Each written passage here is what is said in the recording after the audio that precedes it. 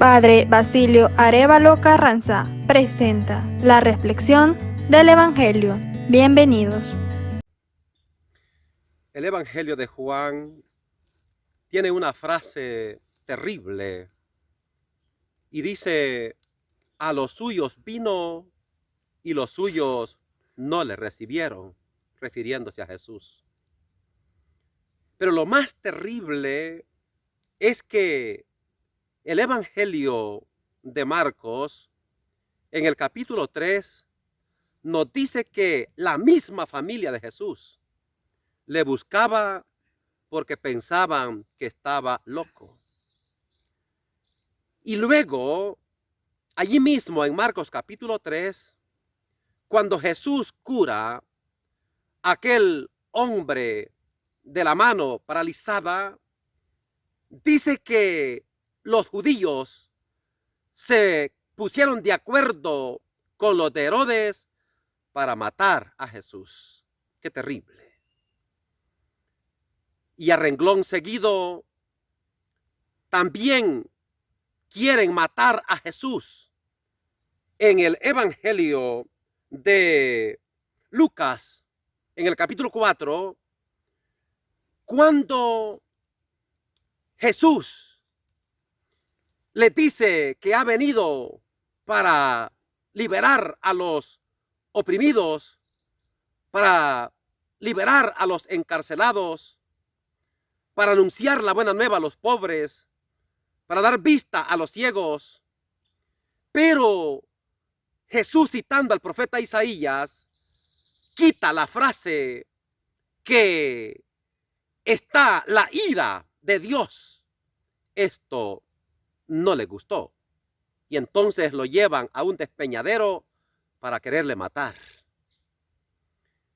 Y constantemente encontramos a Jesús amenazado a muerte, pasando por la negación de Pedro, por la traición de Judas, por el abandono de los apóstoles, y ver a Jesús llorando en el monte de los olivos, completamente solo.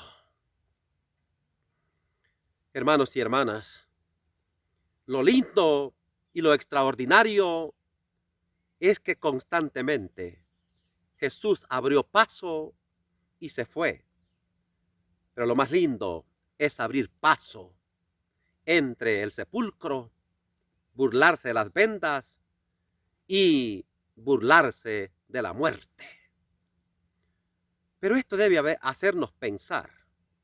Y nosotros tenemos que pensar, reflexionar hondamente si estamos de parte de Jesús o estamos en su contra. El Evangelio de Lucas, justamente en el capítulo 4, versículos 31 al 30, nos presenta esta decisión: estar en contra o en favor de Jesús.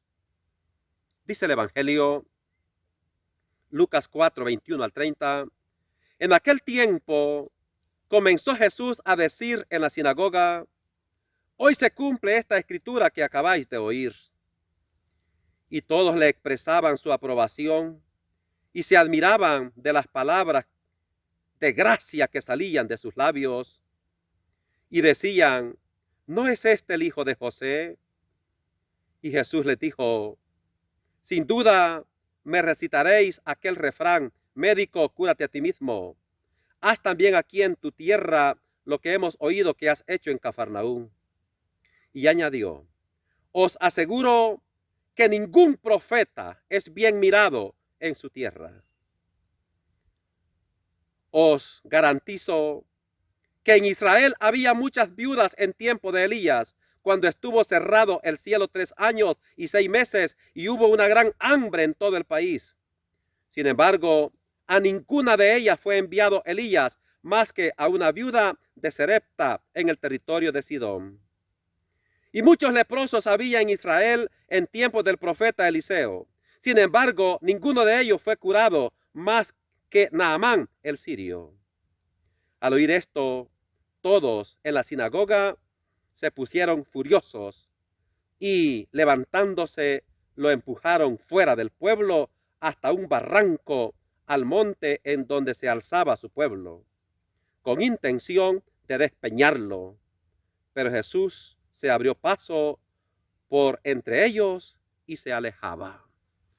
Palabra del Señor.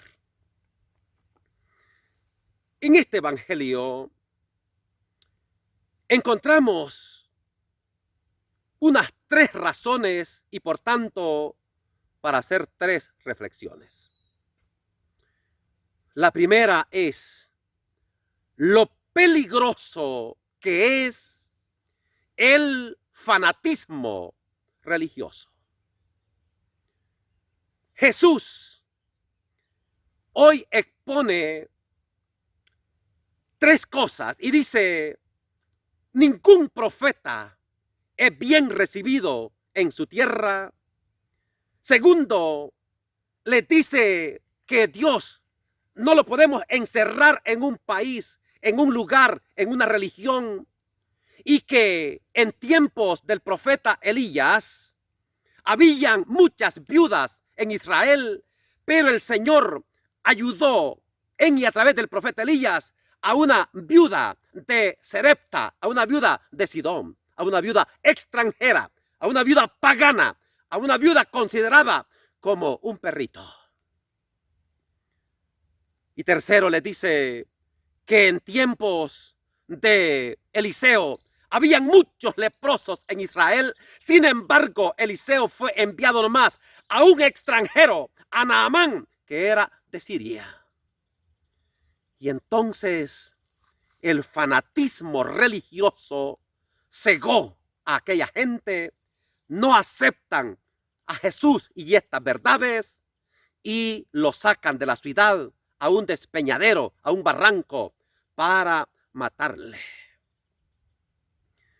Pero lo terrible es que en toda la historia de la humanidad hemos encontrado cruces donde han crucificado, a veces en la cruz del dolor, en la cruz del sufrimiento, en la cruz del desprecio, a mucha gente por un fanatismo religioso. Desgraciadamente, hemos encontrado cárceles y en la cárcel hemos encontrado cepos, es decir, aquellos hoyos en madera donde tú metes las manos y metes los pies y los reducen para que estés paralizado totalmente, sufriendo amargamente por el fanatismo religioso. Encontramos en esta historia cadenas donde a muchos los han atado de pies y manos por fanatismo religioso. Hemos encontrado en este mundo guerras. Hemos encontrado hogueras donde hemos quemado a aquella gente que pensamos que son brujos, aquella gente que pensamos que son blasfemos, aquella gente que no piensan y no actúan como nosotros. Hemos encontrado y encontramos en este mundo terribles divisiones a causa del fanatismo religioso. ¿Cómo es posible que hoy y aquí encuentre gente lectora de la Biblia que piense que están en la luz y que los demás están en tinieblas? Que piensen que ellos van para el cielo y que los demás van para el infierno. Que piensen que ellos son del Señor y los demás son del diablo. Que piensen que ellos ya están salvos y que los demás están condenados. ¡Qué desgracia! ¿Cuándo vamos a entender a Dios? Por el amor de Dios, valga la redundancia. ¿Hasta cuándo seguiremos, al igual que en el tiempo de Jesús, queriendo matarle por el fanatismo religioso? Esto tiene que superarse. Y para esto, insisto, hasta para vender, tiene que quedarnos claro Mateo 5:45, el Dios de Jesús Es el Dios que hace salir el sol sobre buenos y malos. Fíjate bien. El Dios que hace caer la lluvia sobre justos y pecadores. Dios no es vengativo. Dios no es amenaza para uno y salvación para otros. Que no has leído despacio Juan 3:16. Tanto amó Dios al mundo que entregó a su Hijo único para que todo el que en él crea no se pierda, sino que tenga vida eterna. Hermanos y hermanas, para superar estas divisiones, para superar estas violencias y superar estas descalificaciones de unos en contra de los otros, tenemos que tener muy claro Lucas capítulo 15. Lucas capítulo 15, donde el Señor dice que como buen pastor deja las 99 ovejas y se va en busca incansable de la oveja perdida. Mira la actitud de Dios con lo perdido de este mundo. ¿Por qué tienes que condenar? ¿Por qué tienes que juzgar?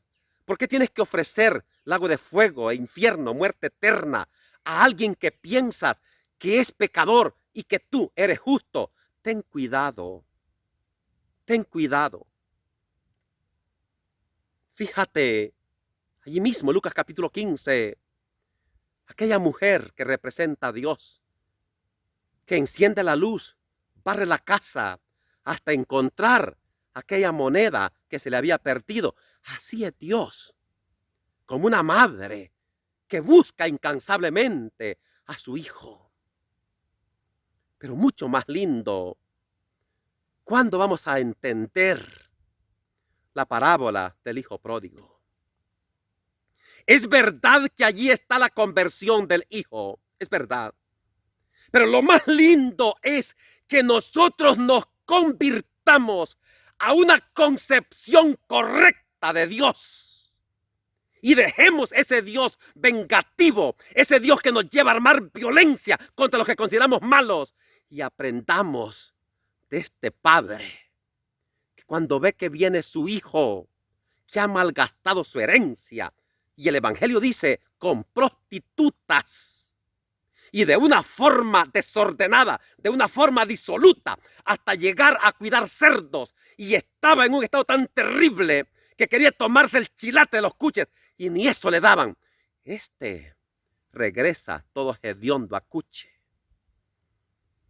Pero mira qué lindo Dios. Corrió, lo abrazó, lo besó.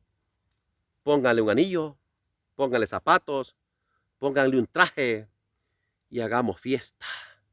Porque este hijo estaba perdido y ha vuelto a la vida. Estaba muerto y ha vuelto a revivir. Este es el Dios de Jesús. Evitaríamos tanta división, tanta violencia y tanta estupidez a nivel religioso si captamos quién es Dios y cómo es Dios a partir de Lucas en el capítulo 15. Nadie puede condenar a nadie. Nadie puede juzgar a nadie. Eso es pecado y pecado mortal. Mateo capítulo 7, textualmente, no juzguéis y no seréis juzgados. Que el Señor nos dé la gracia de no caer en el error en que cayeron aquellas gentes en tiempo de Jesús. Le descalifican y le quieren matar, olvidando que Él era Dios. Que el Señor esté con ustedes. Y la bendición de Dios Todopoderoso, Padre, Hijo y Espíritu Santo, descienda sobre ustedes y permanezca para siempre. Amén.